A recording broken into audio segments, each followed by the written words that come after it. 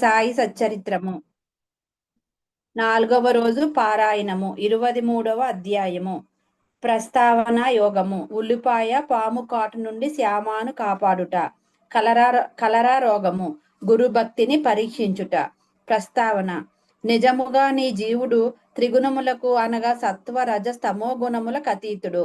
కాని మాయిచే కప్పబడి వాని నైజమగు సచ్చిదానందమును మరచుచు తాను శరీరమే అనుకొనుచు అట్టి భావనతో తానే చేయువాడు అనుభవించువాడు అని అనుకొనుచు లెక్కలేని బాధలలో చిక్కుకొనుచు విముక్తిని గాంచలేకున్నాడు. విమోచమునకు మార్గం ఒక్కటే కలదు. అది గురుని పాదముల యందు ప్రేమమయమగు భక్తి. గొప్ప నటుడగు సాయి తన భక్తులను వినోదింపచేసి వారిని తమ నైజములోనికి మార్చెను. ఇంతకు పూర్వము చెప్పిన కారణములచే మేము సాయిని భగవంతుని అవతారముగా నెన్నుచున్నాము. కానీ వారు ఎల్లప్పుడూ తాము భగవంతుని సేవకుడినని చెప్పేవారు. వారు అవతార పురుషులు అయినప్పటికీ ఇతరులు సంతృప్తికరముగా నెట్లు ప్రవర్తింపవలెనో చూపుచుండెడు వారు.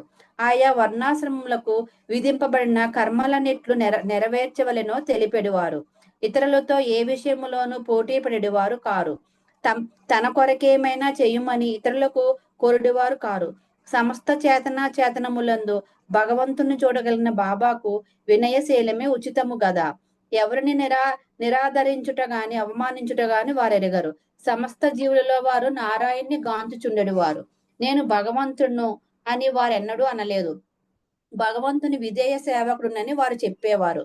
భగవంతుని ఎల్లప్పుడూ తలుచువారు. ఎల్లప్పుడూ అల్లా మాలిక్ అనగా భగవంతుడే సర్వాధికారి అని అనుచుండెడు వారు.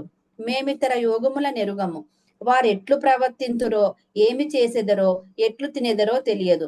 భగవత్కటాక్షంచే నవతరించి అజ్ఞానములకు బద్ధజీవులకు విమోచము కలగ చేసేదరని మాత్రం ఎరుగుదము.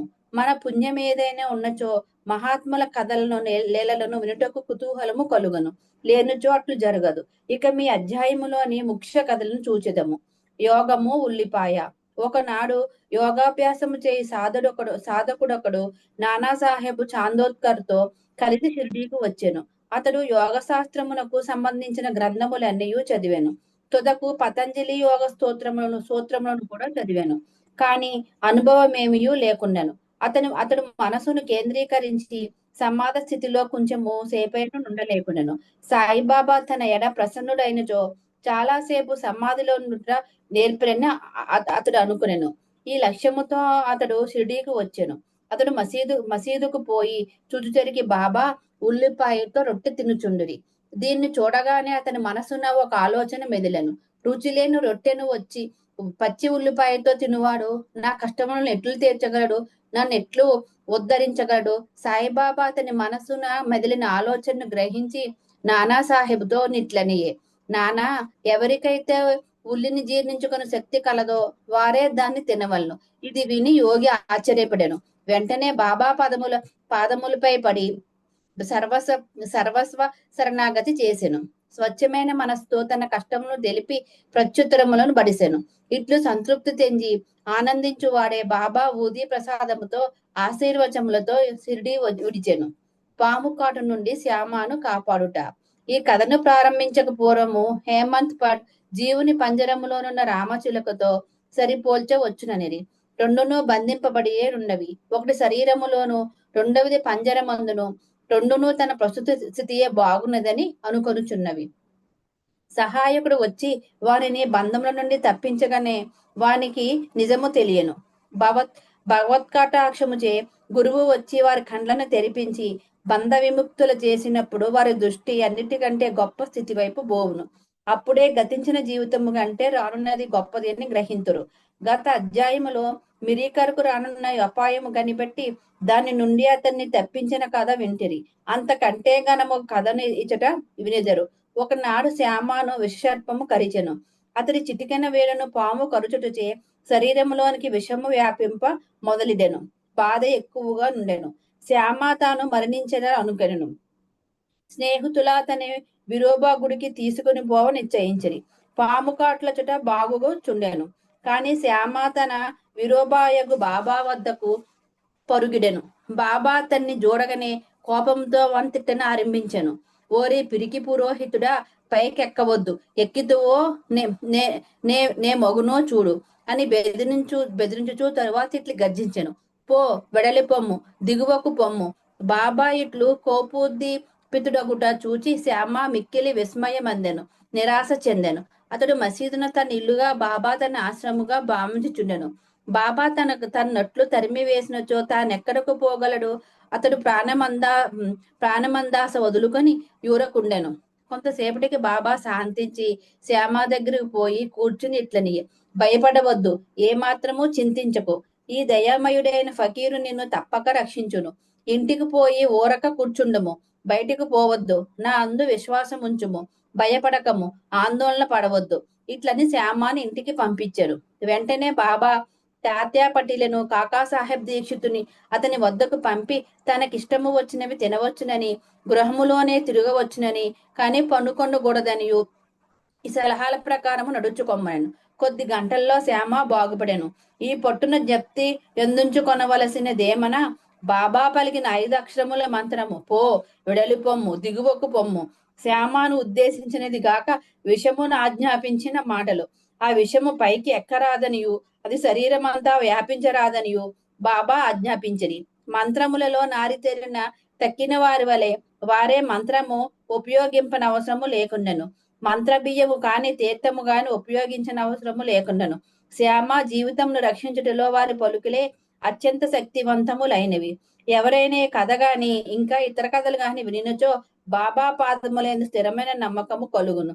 మాయను మహాసముద్రమును దాటుటకు బాబా పాదములను హృదయములో ధ్యానించవలెను. కలరా రోగము. ఒకప్పుడు షిరిడీలో కలరా భయంకరముగా చెలరేగుచుండెను. గ్రామవాసులు మిక్కిలి భయపడిరి. వారి తరులతో రాకపోకలు మానిరి. గ్రామంలో పంచాయతీ వారు సభ చేసి 2 అత్యవసరమైన నియమములు చేసి కలరా నిర్మూలింప ప్రయత్నించిరి. అవి ఏవనా, కట్టెల బండ్లను గ్రామంలోనికి రానియకూడదు, మేకను గ్రామంలో పోయరాదు. ఎవరైనా వీనిని ధిక్కరించినచో వారికి జరిమానా వేయవలని తీర్మానించిరి. బాబాకి ఇదంతయు ఒట్టి చాదస్తమని తెలియను కాబట్టి బాబా చట్టమును లక్ష్య పెట్టలేదు.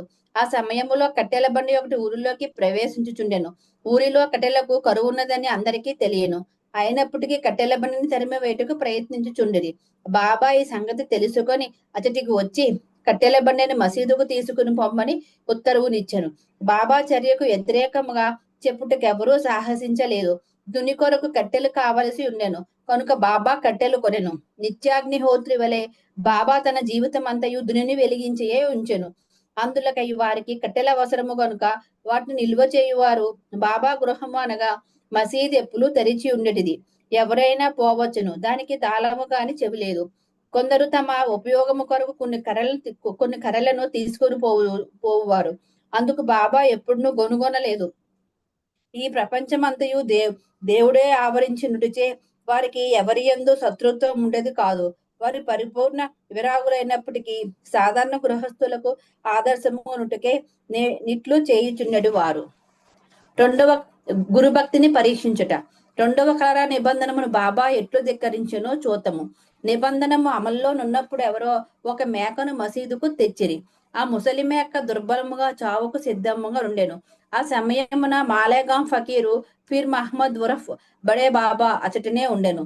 సాయిబాబా దాన్ని ఒక కత్తి వేటుతో నలికి బలి వేయమని బడే బాబాకు చెప్పాను. ఈ బడే బాబా యందు సాయిబాబాకి ఎక్కువ గౌరవము.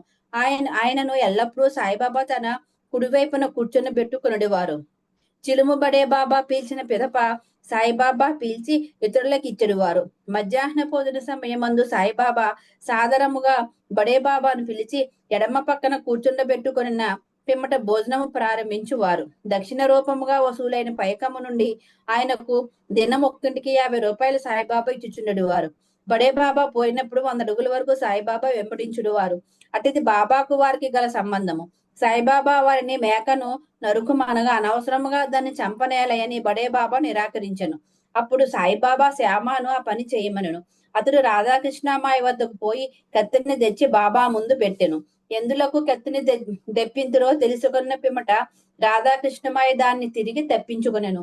ఇంకొక కత్తి తెచ్చుటకు శ్యామ పోయెను, కానీ వాడా నుండి త్వరగా రాలేదు. తరువాత కాకాసాహెబ్ దీక్షిత్ వంతు వచ్చెను. వారు మేలిమి బంగారమే కాని దాన్ని పరీక్షించవలెను. ఒక కత్తి తెచ్చి నరుకుమని బాబా ఆజ్ఞాపించెను. అతడు సాటేవాడకు పోయి కత్తిని తెచ్చెను. బాబా ఉత్తర్వు కాగానే దాన్ని నరుకుటకు సిద్ధంగా ఉండెను. అతడ స్వచ్ఛమైన బ్రాహ్మణ కుటుంబంలో పుట్టి చంపుట అనేది ఎరుగకుండిరి. హింసించు పనులను చేయందిష్టము లేని వాడైనప్పటికీ మేకను నరుకుటకు సంసిద్ధుడయ్యను. బడే బాబాయను మహమ్మదీయుడే ఇష్టపడినప్పుడు ఈ బ్రాహ్మణుడేల సిద్ధపడుచుండటని అంద ఆశ్చర్యపడుచుండెరి. అతడు తన దోవతిని ఎత్తి బిగించి కొట్టుకునెను. కత్తిని పైకెత్తి బాబా ఆజ్ఞకి ఎదురు చూచుచుండెను. బాబా ఏమి ఆలోచించుచుంటివి, నరుకుమనెను. అతడు చేతిలో ఉన్న కత్తి మేకపై పట్టుకు సిద్ధంగా ఉండగా బాబా ఆగుమనెను. ఎంతటి కఠినాత్ముడువు, బ్రాహ్మణుడువై మేకను చంపెదవా అనెను. బాబా ఆజ్ఞానుసారము దీక్షిత్ కత్తిని కింద పెట్టి బాబాతో నిట్లనియే, నీ అమృతము వంటి పలుకే మాకు చట్టము. మాకు ఇంకొక చట్టం ఏమీ తెలియదు. నిన్నే ఎల్లప్పుడూ జ్ఞప్తి ఎంచుకునేదము. మీ రూపమును ధ్యానించుచు రాత్రింబవళ్ళు నీ ఆజ్ఞలు పాటింతము. అది ఉచితమా కాదా అన్నది మాకు తెలియదు. దాన్ని మేము విచారింపము. అది సరి అయినది కాదా అని వాదించము, తర్కించము. గురువు ఆజ్ఞ అక్షరాలా పాటించుటే మా విధి, మా ధర్మము. బాబా తామే మేకను చంపి బలి వేసదని చెప్పిరి. మేకను తకియాను చోట చంపుటకు నిశ్చయించిరి. ఇది ఫకీర్లో కూర్చుని స్థలము. అచటకు దాన్ని తీసుకుని పోచున్నప్పుడు మార్గ మధ్యమున అది ప్రాణములు విడిచెను. శిష్యులు ఎన్ని రకములో చెప్పుచు ఈ అధ్యాయము హేమంత్ పడు ముగించుచున్నారు. శిష్యులు 3 రకములు: ఉత్తములు, మధ్యములు, సాధారణులు. గురువులకేమి కావాలనో గుర్తించి వెంటనే వారు ఆజ్ఞాపించకపోవడం దాన్ని నెరవేర్చువారు ఉత్తమ శిష్యులు. గురుని ఆజ్ఞానుసారము ఆలసింపక అక్షరాల నెరవేర్చువారు మధ్యములు. 3వ రకము వారు అడుగడుగునా తప్పులు చేయించు గురుని ఆజ్ఞను వాయిదా వేసెదరు. శిష్యులకు దృఢమైన నమ్మకం ఉండవలెను. తోడుగా బుద్ధి కుశలత యోరిమి ఉన్నచో అట్టి వారికి ఆధ్యాత్మిక పరమావధి దూరము కాదు. ఉచ్ఛ్వాస నిశ్వాసములను బంధించుట గాని, హఠయోగము గాని, ఇతర కఠినమైన సాధనములయో అనవసరము.